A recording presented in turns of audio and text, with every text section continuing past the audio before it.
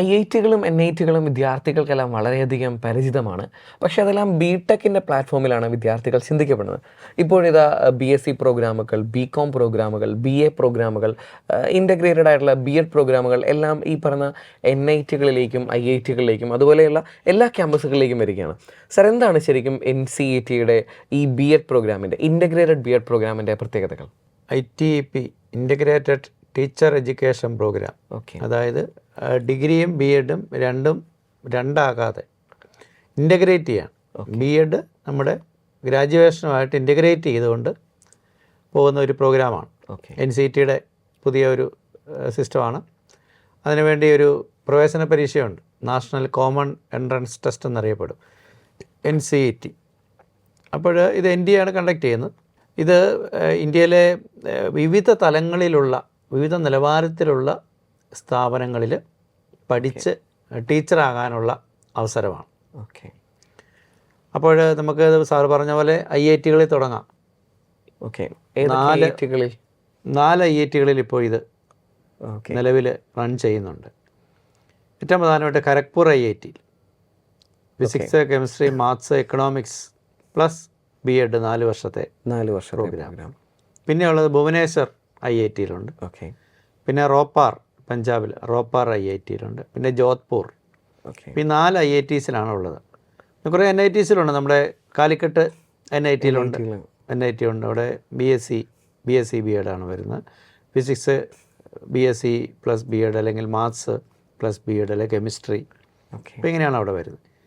പിന്നെ നമ്മുടെ അടുത്തുള്ള ട്രിച്ചി NITയിലുണ്ട്, വാറങ്കൽ NITയിലുണ്ട്. പിന്നെ താഴെയുള്ള കുറേ NITസിലും, ഇപ്പോൾ അഗർത്തലയും പോണ്ടിച്ചേരി പോലെയുള്ള മറ്റു ചില NITസിലൊക്കെ ഉണ്ട്. പിന്നെ സെൻട്രൽ യൂണിവേഴ്സിറ്റീസ്, നമ്മുടെ കേരള സെൻട്രൽ യൂണിവേഴ്സിറ്റി കാസർഗോഡ്, അവിടെ മുതലുള്ള മിക്കവാറും എല്ലാ സ്റ്റേറ്റിലെയും, ഇപ്പോൾ തമിഴ്നാടിൻ്റെ ആണെങ്കിൽ ഹരിയാനയുടെ എല്ലാ സെൻട്രൽ യൂണിവേഴ്സിറ്റിയിലും ഉണ്ട്. പിന്നെ NCERTയുടെ റീജിയണൽ ഇൻസ്റ്റിറ്റ്യൂട്ട് ഓഫ് എഡ്യൂക്കേഷൻ RIEകൾ. ഇപ്പോൾ നമ്മളെ സംബന്ധിച്ച് നമ്മുടെ south India RIE Mysore RIE ആണ്. അവിടെ ഉണ്ടായിരുന്ന പഴയ പ്രോഗ്രാമൊക്കെ മാറ്റിയിട്ട് അവിടെയും ഈ പറഞ്ഞ BSc BEd പ്രോഗ്രാമിലേക്ക് അവരും എത്തിയിട്ടുണ്ട്. പിന്നെ അതുകൂടാതെ ചില state universities deemed to be, Azim Premji പോലെയുള്ള ഡീംഡ് ടു ബി യൂണിവേഴ്സിറ്റീസ്, പിന്നെ പ്രൈവറ്റ് കോളേജസിലും ആരംഭിച്ചിട്ടുണ്ട്. നമ്മുടെ കാലിക്കറ്റ് യൂണിവേഴ്സിറ്റിയുടെ കീഴിലുള്ള 3 കോളേജുകളിൽ ഒക്കെ പുതുതായിട്ട് വന്നിട്ടുണ്ട്. അപ്പം എല്ലാ മേഖലകളിലും അല്ലെങ്കിൽ എല്ലാ തരത്തിലുള്ള സ്ഥാപനങ്ങളിൽ ഇൻ്റഗ്രേറ്റഡ്, അത് BEd ആകാം, BSc BEd ആകാം, BCom BEd ആകാം. അപ്പോൾ ഇതിൻ്റെ ഒരു പ്രത്യേകത, ഇത് 4 വർഷത്തെ പ്രോഗ്രാമാണെങ്കിലും ആദ്യത്തെ 3 വർഷം എഡ്യൂക്കേഷൻ പാർട്ടിൻ്റെ കണ്ടൻറ്റ്, അതായത് BEdൻ്റെ പേപ്പേഴ്സ് അല്ലെ അതിൻ്റെ കണ്ടൻറ്റ് കുറച്ച്, എന്നിട്ട് 4-ാമത്തെ വർഷം ആ ഒരു കണ്ടൻറ്റ് കൂട്ടുക. അപ്പോൾ അതിൻ്റെ ഒരു ബെനിഫിറ്റ്, ആദ്യത്തെ 3 വർഷം നമ്മൾ സബ്ജക്റ്റ് ആണ് മെയിനായിട്ട് ഫോക്കസ് ചെയ്യുന്നുണ്ട്. NEP 2020 പറയുന്ന പോലെ മൾട്ടിപ്പിൾ എക്സിറ്റിനുള്ള അവസരം കിട്ടുന്നുണ്ട്. അതായത് 3 വർഷം കഴിയുമ്പോൾ ഒരു കുട്ടിക്ക് BEd താല്പര്യമില്ല, പഠിപ്പിക്കാൻ താല്പര്യമില്ല എങ്കിൽ അവൻ ആ ഡിഗ്രി ആയിട്ട് പുറത്തേക്ക് പോകാം. ഇനി മറ്റൊരു സാധ്യത ഉണ്ടാവാം, ഇനി അന്നേരമാണ് ഒരു ജോലി കിട്ടുന്നത്, അല്ലെങ്കിൽ ഒരു ഇൻറ്റേൺഷിപ്പിന് പോകാനൊക്കെ പറ്റുന്നത്, എന്തെങ്കിലുമൊക്കെ അവസരങ്ങളൊക്കെ ഉണ്ടെങ്കിൽ അതിന് ശേഷം പോയിട്ട് പിന്നെ വന്ന് ചെയ്യാൻ. ഇപ്പോൾ IITസൊക്കെ ആ രീതിയിലൊക്കെ ആലോചിക്കുന്നുണ്ട്. പിന്നെ വന്ന് BEd ചെയ്യാനുള്ള അവസരമൊക്കെ കൊടുക്കുന്ന രീതിയിലുള്ളൊരു അറേഞ്ച്മെൻറ്റാണ് ഉള്ളത്. എന്നല്ലേ സാർ, ഇപ്പോൾ ഞാനൊരു ഒരു ആവറേജ് വിദ്യാർത്ഥിയുടെ ഒരു മൈൻഡ് സെറ്റ് ചിന്തിക്കാനായിട്ട് ആഗ്രഹിക്കുകയാണ്.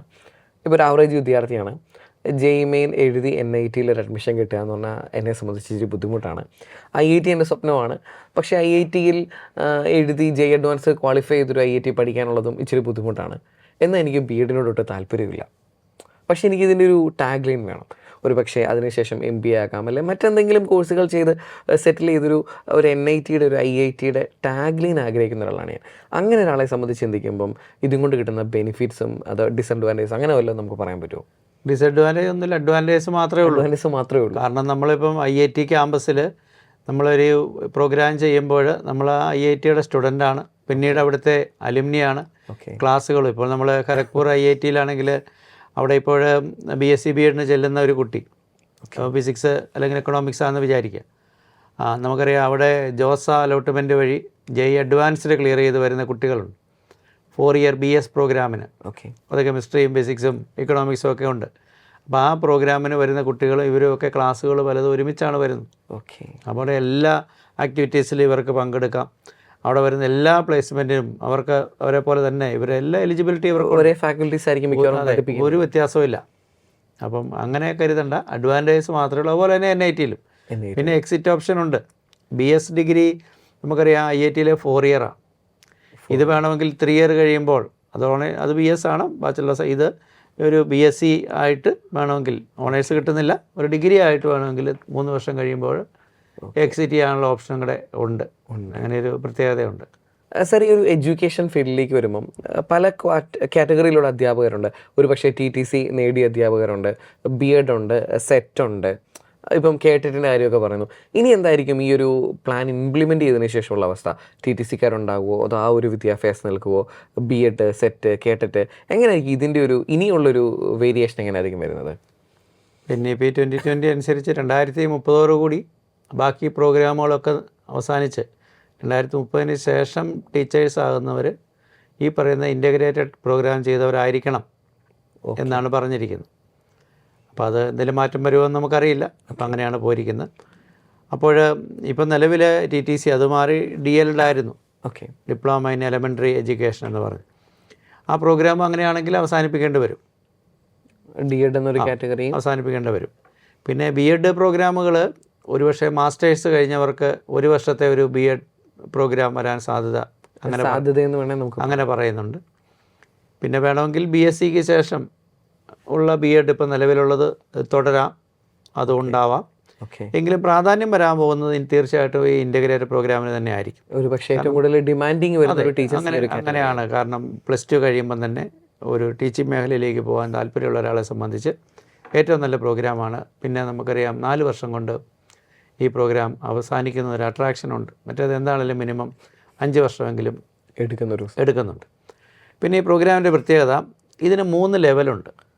ഇപ്പം നമ്മൾ BA, B.Ed അല്ലെങ്കിൽ BSc B.Ed എടുത്താൽ തന്നെയും അത് 3 ലെവലാണ്. അതായത് 3 to 5, 3, 4, 5 ക്ലാസ്സുകളിലെ കുട്ടികളെ പഠിപ്പിക്കണമെങ്കിൽ പ്രിപ്പറേറ്ററി എന്ന് പറയുന്ന BSc B.Ed വേണം ചെയ്യാൻ, അല്ലെ BA B.Ed പ്രിപ്പറേറ്ററി. ഇനി 6 മുതൽ 8 വരെയുള്ള ക്ലാസ്സിൽ പഠിപ്പിക്കണമെങ്കിൽ മിഡിൽ എന്ന് ഉള്ള ഒരു പ്രോഗ്രാമാണ് വരുന്നത്. അത് BSc B.Ed തന്നെ, സബ്ജക്റ്റൊക്കെ സെയിം തന്നെ.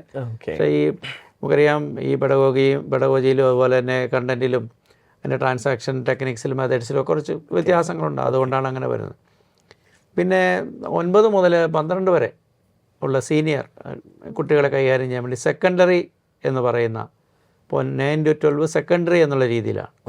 അപ്പോൾ അങ്ങനെ 3 ലെവൽ പ്രോഗ്രാംസ് ആണ്. എല്ലാം BSc B.Ed തന്നെ, അല്ലെ BA B.Ed തന്നെ. സാർ, അത് ചുരുക്കി പറഞ്ഞാൽ നമ്മളൊരു NIT-യോ അല്ലെ IIT-യോ മാത്രം നോക്കിയാൽ പോരാ, അത് ഓഫർ ചെയ്യുന്ന ഏത് കാറ്റഗറിയാണ് എന്നുള്ളതും കൂടെ അറിഞ്ഞതിന് ശേഷം അതും കൂടെ ശ്രദ്ധിക്കേണ്ടി വരും. സാർ, അതുപോലെ ഇപ്പോൾ ഞാനിപ്പോൾ ഒരു 3 to 5 കാറ്റഗറിയാണ് ഞാൻ എടുത്തത്. പക്ഷേ എനിക്ക് കുറച്ച് കഴിഞ്ഞപ്പോൾ മനസ്സിലായി എനിക്ക് കുറച്ചും കൂടെ ഒരു ബെറ്റർ ഓപ്ഷൻസ്, ബെറ്റർ സാലറി കിട്ടാനായിട്ട് ഈ ഒരു 9 to 12 ഒക്കെ വേണം. പക്ഷേ അപ്പോൾ ഞാൻ എടുത്തൊരു കോളേജിൻ്റെ സെലക്ഷൻ കാരണം എനിക്ക് അബദ്ധം പറ്റി. പിന്നീടൊരു പോസിബിലിറ്റി ഉണ്ടോ, എന്തെങ്കിലും ഒരു ചേഞ്ചിനുള്ള പോസിബിലിറ്റി? തീർച്ചയായിട്ടും ഉണ്ട്. കാരണം നമ്മൾ സബ്ജക്ട്സ് നമ്മൾ ഓക്കെയാണ്. കാരണം ഈ സബ്ജക്ട് കണ്ടന്റ് ഡിഗ്രിയിലുണ്ട്. അപ്പോൾ പിന്നെ ഉള്ളത് ഈ ഒരു എഡ്യൂക്കേഷൻ പാർട്ടിലാണ്. അതിന് നമുക്ക് ബ്രിഡ്ജ് കോഴ്സുകൾ പ്രൊവൈഡ് ചെയ്യും. ബ്രിഡ്ജ് കോഴ്സുകൾ. അപ്പോൾ അത് നമ്മൾ ചെയ്ത് ക്ലിയർ ചെയ്ത് കഴിഞ്ഞാൽ നമുക്ക് ഹയർ ലെവലിലേക്ക് പോകാനുള്ള അവസരം കിട്ടും.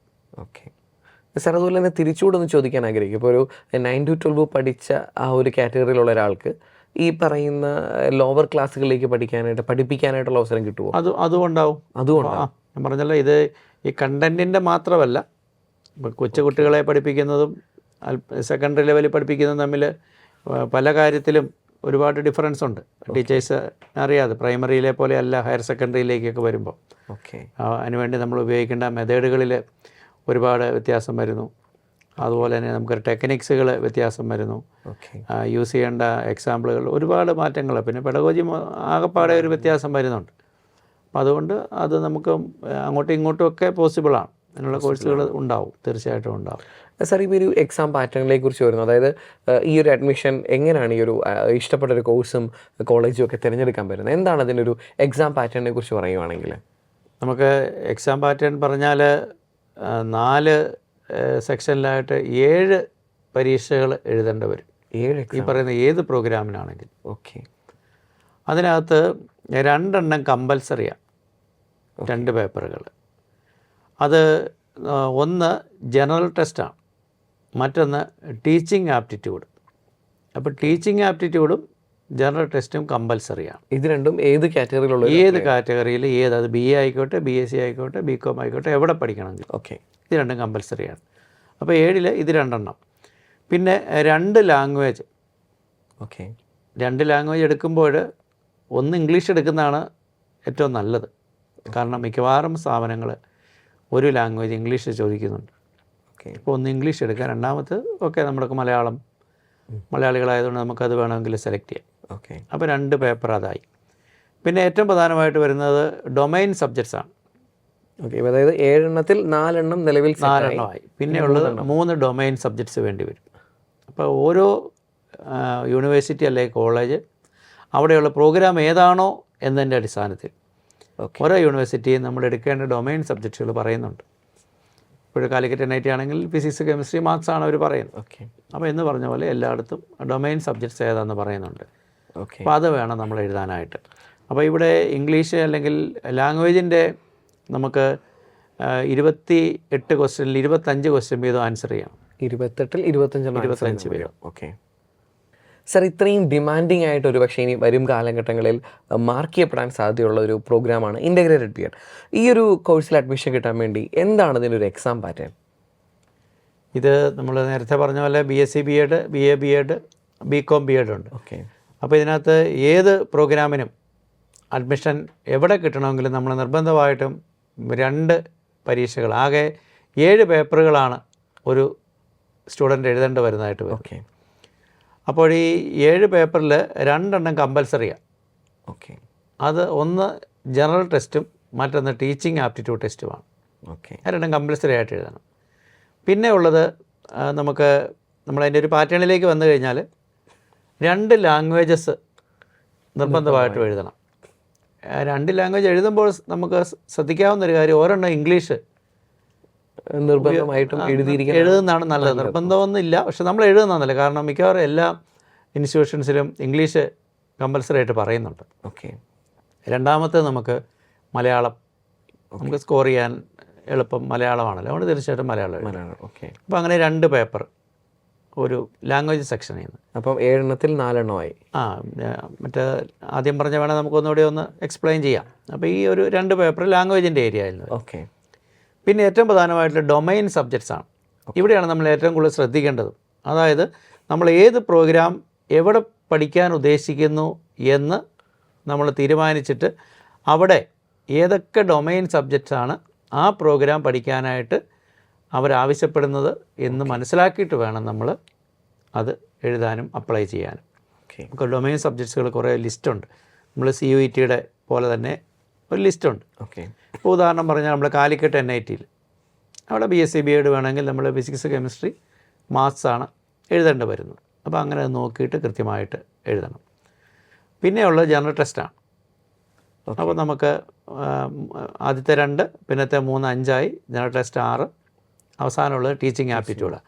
ഇതിനകത്ത് ആദ്യത്തെ ലാംഗ്വേജിൻ്റെ നമുക്ക് 23 ക്വസ്റ്റ്യൻ വീതം തരും. ഓക്കെ അതിനകത്ത് 20 വീതം എഴുതിയാൽ മതി. അപ്പോൾ 20, 20, 40, 2 ലാംഗ്വേജ്. പിന്നെ അതേസമയം നമ്മൾ ഡൊമൈൻ സബ്ജക്ട്സിലേക്ക് വരുമ്പോൾ 28 ക്വസ്റ്റ്യൻ തരും. അതിനകത്ത് ഇന്ന് 25 വീതം എഴുതണം. ഓക്കെ അപ്പോൾ 25 × 3 75ആയി. ഇനി ജനറൽ ടെസ്റ്റും 28 തന്നിട്ട് 25ആണ്. അപ്പം 75, 25, 100ആയി. ആദ്യത്തെ 20, 20, 40, 140 ഉണ്ട്. ഓക്കെ 140ആയി. പിന്നെ 20 ക്വസ്റ്റ്യൻ ആൻസർ ചെയ്യണം. 23 എണ്ണം തന്നിട്ട് 20 ആൻസർ ചെയ്യാൻ വേണ്ടി ടീച്ചിങ് ആപ്റ്റിറ്റ്യൂഡും ഉണ്ടാവും. അങ്ങനെയാണ് ആകെ 160 ക്വസ്റ്റ്യൻസ് ഉണ്ടാകും. കറക്റ്റ് ആൻസറിന് 4 മാർക്കും നെഗറ്റീവ് -1 അപ്പോൾ ഇങ്ങനെയാണ് അതിൻ്റെ ഒരു എക്സാം പാറ്റേൺ വരുന്നത്. സാർ, അപ്പോൾ ഒരു കാര്യം കൂടെ ചോദിക്കാൻ ഞാൻ ആഗ്രഹിക്കും. ഇപ്പോൾ ഞാനിപ്പോൾ ഒരു NIT കാലിക്കറ്റ് ഉദാഹരണം വെച്ച് ചോദിക്കാൻ ആഗ്രഹിക്കും. അവിടെ BSc BEd ആണെന്ന് ഞാൻ മനസ്സിലാക്കുന്നു. അപ്പോൾ അവിടെ തന്നെ ഫിസിക്സ്, കെമിസ്ട്രി, മാത്സ് എന്ന് സെപ്പറേറ്റ് ഉണ്ടോ, അതോ അതിൻ്റെ ഒരു സിറ്റുവേഷൻ എങ്ങനെ? അതോ എല്ലാവർക്കും കോമൺ അറിഞ്ഞിരിക്കണമെന്ന് മാത്രമേ ഉള്ളൂ? അവിടെ ഫിസിക്സ്, കെമിസ്ട്രി, അപ്പോൾ നമുക്ക് ഡിഗ്രി തരാവുന്നത് ഡിഗ്രി ഫിസിക്സ് വിത്ത് BEd ആകാം. അതാണ് എൻ്റെ ചോദ്യം. അതെ. അപ്പോൾ 50 കുട്ടികളുടെ ഡിഗ്രി ഫിസിക്സ് വിത്ത് BEd ആകാം, ഡിഗ്രി മാത്സ് വിത്ത് BEd ആകാം, ഡിഗ്രി കെമിസ്ട്രി വിത്ത് BEd ആകാം. ഓക്കെ അപ്പോൾ അങ്ങനെ നമുക്ക് കിട്ടാം. അതായത് ഏതാണോ ഞാൻ അവിടെ ഡിഗ്രി ചെന്ന് കഴിഞ്ഞാൽ എനിക്ക് ഫിസിക്സ് ആണ് പഠിക്കേണ്ടി വരുന്നതെന്ന് എനിക്ക് ഉറപ്പ് പറയാൻ പറ്റത്തില്ല. അതെ, അതായത് ഫിസിക്സും കെമിസ്ട്രിയും മാത്സും ആണ്, ഫിസിക്സും കെമിസ്ട്രി മാത്സും ആണ്. ഇതിൽ മൂന്നിൽ ഏത് വേണേലും ആകാം. ഇതിൽ മൂന്നിൽ നമ്മൾ അപ്ലൈ ചെയ്യുന്നുണ്ട്. ഓക്കെ, നമ്മൾ അപ്ലൈ ചെയ്യുമ്പോൾ ഏതാണെന്നുള്ളത് നമുക്ക് കൊടുക്കാനുള്ള ഒരു ഓപ്ഷൻ അവിടെ ഉണ്ടാവും. ഓക്കെ. അപ്പോൾ നമുക്കിത് മൂന്നിൽ ഏതെങ്കിലും എക്സിറ്റ് ആണെങ്കിൽ നമുക്കിതിനകത്ത് 3 വർഷം കഴിയുമ്പോൾ ഇതിനകത്ത് ഏതാണോ നമ്മൾ, അതാണ് അവിടെയൊക്കെ ചെയ്യുന്നത് വെച്ചാൽ ആദ്യത്തെ വർഷങ്ങളിൽ എഡ്യൂക്കേഷൻ്റെ കണ്ടൻറ്റ് അങ്ങോട്ട് വളരെ കുറയ്ക്കും. ഓക്കെ, ലാസ്റ്റ് ഇയറിൽ ഇത് മാത്രമേ മിക്കവാറും ഉണ്ടാവുള്ളൂ. ഓക്കെ. അപ്പോൾ 3 വർഷം കഴിയുമ്പോൾ ഫിസിക്സുമായിട്ട് BSc ഫിസിക്സുമായിട്ട് നമുക്ക് വേണമെങ്കിൽ. സാർ, ഞാൻ ഒരു ക്ലാരിഫിക്കേഷനോട് ചോദിക്കാൻ ആഗ്രഹം. ഇപ്പോൾ NIT കാലിക്കറ്റിലേക്ക് വരുമ്പം അവിടെ ആകെ എത്ര സീറ്റുകളുണ്ട്? 50 സീറ്റുകൾ വീതമാണ്. 50 സീറ്റാണ് അവരാകെ പറയുന്നത്. 50 എണ്ണം. അതിൽ ഫിസിക്സ് വിത്ത് BEd എന്ന് പറയുന്നത് അത് ഒരു കുറവായിട്ട് 13, 15 അങ്ങനെ പറയേണ്ടി വരും. ഒരു 20 ഉണ്ടാവും. 20 ഉണ്ടാകും. അപ്പോൾ അതുപോലെ തന്നെ കെമിസ്ട്രി വിത്ത് BEd, മാത്സ് വിത്ത്. പിന്നെ അതിനകത്ത് വരാവുന്നൊരു വ്യത്യാസം, ഈ BEd ഇപ്പോൾ BSc BEd തന്നെ അത് ഇപ്പം സെക്കൻഡറി വരാം. ഇനി അവർ വേണമെങ്കിൽ പുതുതായിട്ട് വേണമെങ്കിൽ അവർക്ക് പ്രിപ്പറേറ്ററി കൊണ്ടുവരാം. അപ്പോൾ നമ്മളതിൻ്റെ വെബ്സൈറ്റ് കൃത്യമായിട്ട് നോക്കിയാലേ നമുക്ക് ഓരോ ഇൻസ്റ്റിറ്റ്യൂട്ടും എത്ര എണ്ണം ആഡ് ചെയ്തിരിക്കുന്നു, പുതുതായിട്ട് എത്ര എണ്ണം വന്നിരിക്കുന്നു, ആ സബ്ജക്റ്റിൻ്റെ എണ്ണത്തിൽ ചിലപ്പം വ്യത്യാസം വരാതെ BEd തന്നെ ചിലപ്പോൾ മാറ്റി വരാം. ഇനി BEd നിലനിർത്തിക്കൊണ്ട് സബ്ജക്റ്റിൽ വ്യത്യാസങ്ങൾ വരാം. അതെല്ലാം കൃത്യമായിട്ട് അതേപോലെ ഡൊമൈൻ സബ്ജക്റ്റ് തിരഞ്ഞെടുക്കുന്ന സമയത്ത് ഓരോരുടെയും വെബ്സൈറ്റിൽ പോയി നോക്കിയിട്ട് കൃത്യമായിട്ടത്. സാർ, എനിക്കൊരു ചെറിയ ക്ലാരിഫിക്കേഷനോടെ വേണ്ടിയിട്ട് ഞാൻ ചോദിക്കുകയാണ്. ഇപ്പോൾ NIT കാലിക്കറ്റിൽ ഞാനിപ്പം ഒരു കോഴ്സ് എടുത്തു, അപ്ലൈ ചെയ്തിരിക്കുകയാണ്, എനിക്ക് അലോട്ട്മെൻറ്റ് കിട്ടി.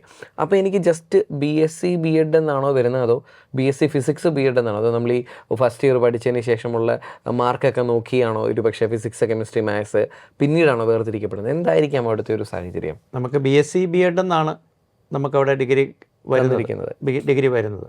അത് ഫിസിക്സ് ആണോ കെമിസ്ട്രി ആണോ എന്നുള്ളത് പിന്നീടാണോ അത് നമുക്ക് നമ്മൾ അതിനകത്ത് കൊടുത്തിരിക്കുന്നതനുസരിച്ച് നമ്മൾ ഏത് സബ്ജക്റ്റാണ് നമ്മൾ ഫോക്കസ് ചെയ്യുന്നത്, 3 വരുന്നുണ്ട്. ഓക്കെ, അതിനകത്ത് ഏതാണോ നമുക്ക് മെയിനും ഒരെണ്ണം മേജറായിരിക്കും, ബാക്കി മൈനർ ആയിട്ടാണ് സാധാരണ വരാറുള്ളത്. അപ്പം അതിനകത്ത് മേജറായിട്ടുള്ളത് ഏതാണോ അതിൻ്റെ കൂടെ ആ ഒരു ഡിഗ്രി ഉണ്ടാവും, പിന്നെ BEd കൂടെ ചേർത്തായിരിക്കും ഉണ്ടാവും. ഏറ്റവും മികച്ച വിദ്യാർത്ഥികളെ വാർത്തെടുക്കുക എന്നതിൻ്റെ ഏറ്റവും ആദ്യത്തെ പടി എന്ന് പറയുന്നത് അതിലും മികച്ച അധ്യാപകരെ സൃഷ്ടിക്കുക എന്നുള്ളതാണ്. ഒരുപക്ഷെ അതുകൊണ്ടായിരിക്കാം NITകളിലും IITകളിലും ഒക്കെ ഇങ്ങനെയൊരു പ്രോഗ്രാം ആരംഭിക്കുന്നത്. ജസ്റ്റ് ഒരു ബ്രോഷർ വായിച്ച് മനസ്സിലാക്കിയെടുക്കുക എന്ന് പറഞ്ഞാൽ ഈ ഒരു സെക്ഷൻ ഇച്ചിരി അധികം ബുദ്ധിമുട്ടാണ്. അപ്പം നിങ്ങൾ കൃത്യമായി ഈ വീഡിയോ കണ്ട് മനസ്സിലാക്കുക. നിങ്ങൾ ഏത് സബ്ജക്റ്റാണോ തിരഞ്ഞെടുക്കാൻ ആഗ്രഹിക്കുന്നത്, ഏത് ഇൻസ്റ്റിറ്റ്യൂട്ടാണോ നിങ്ങൾക്ക് വേണ്ടത്, ഇതിൻ്റെ വെബ്സൈറ്റ് ചെക്ക് ചെയ്ത് ഉറപ്പിച്ചതിന് ശേഷം മാത്രം ഒരു ആപ്ലിക്കേഷൻ പ്രൊസീജിയർ കംപ്ലീറ്റ് ചെയ്യേണ്ടത്. വളരെ കൃത്യമായ ഒരു ഐഡിയയിലേക്ക് വിദ്യാർത്ഥികളും പേരൻസും ഒക്കെ എത്തി എന്ന് ഞങ്ങൾക്ക് ഉറപ്പുണ്ട്. Thank you sir, thank you very much. Brilliant Study Center, India's #1 coaching center for NEET and JEE.